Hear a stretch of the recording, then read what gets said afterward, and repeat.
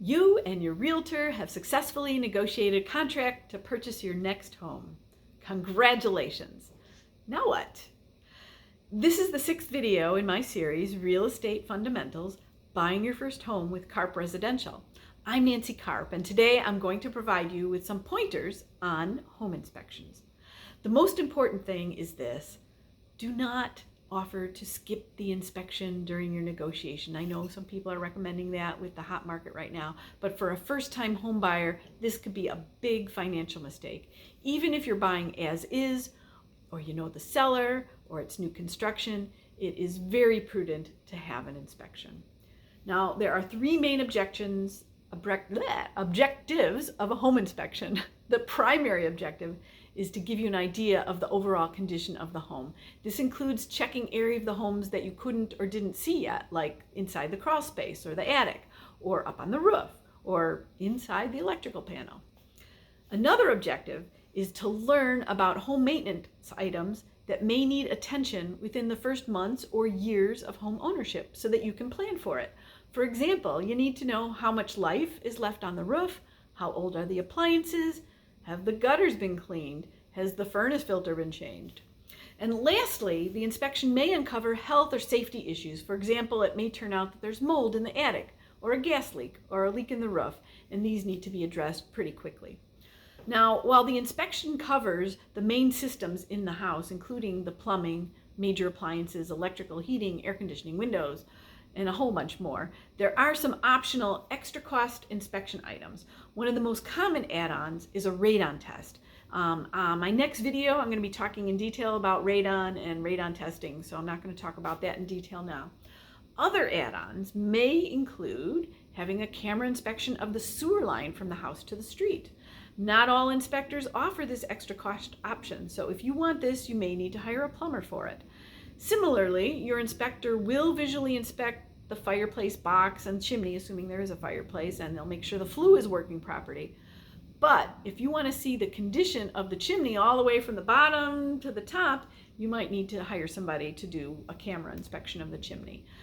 Before you spend money on these extra cost options, consider the age of the home. Find out whether the seller has any firsthand knowledge. Maybe they installed a chimney liner and forgot to list that, or they replaced the sewer line. Just because it isn't mentioned in the listing doesn't mean that these things haven't been done. Or you can wait until you have your inspection and see if the inspector recommends that you take these extra steps. Some of them will do that. If the home you are buying has an underground sprinkler system, a retaining wall, an in-ground swimming pool, you should hire a specialist to check these things out, weather permitting. On the North Shore, we also have homes that are situated on a bluff or a ravine, and we have specialists that inspect those as well. And that's very important because if there's an issue with erosion, it could be a very costly item for a new homeowner. One last thing to note is, depending on the weather, the inspector may only be able to check the air conditioning or the heat, but not both. The good news is they'll be able to provide you with some insight on the remaining useful life of those items based on a visual inspection and the age of the home of these items. So that's important to note. I want to make sure that you understand that. What I've outlined in this video is not intended to be an exhaustive list of what's going to be covered in your inspection.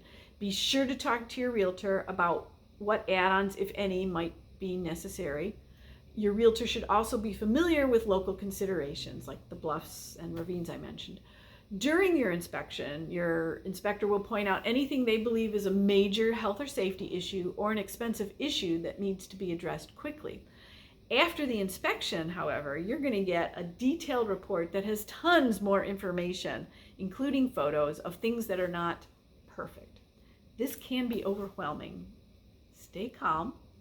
On an older home, there may be some things that are performing their intended function just fine, but they may be outdated or not up to current building codes. Sometimes these issues need immediate attention. In many cases, they don't. Often inspectors uncover items that are very inexpensive and easy to address, like replacing a hose with one made of a different material, or trimming the bushes, or changing the electrical outlets, or changing the landscaping to address drainage issues. My advice for all buyers after an inspection is to think about the big picture. No home is 100% perfect. even new construction is not perfect.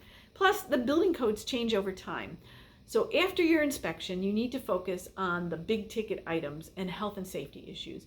As a homeowner, you will be continually taking steps to maintain and possibly improve your property anyhow, and you can't expect the seller to be responsible for every small imperfection that the inspector finds. In today's seller's market, you got to be careful. There may be another buyer in the wings, and the seller could cancel your deal if they don't like your post-inspection requests. I've seen this happen, so be careful. Please reach out if you have any questions.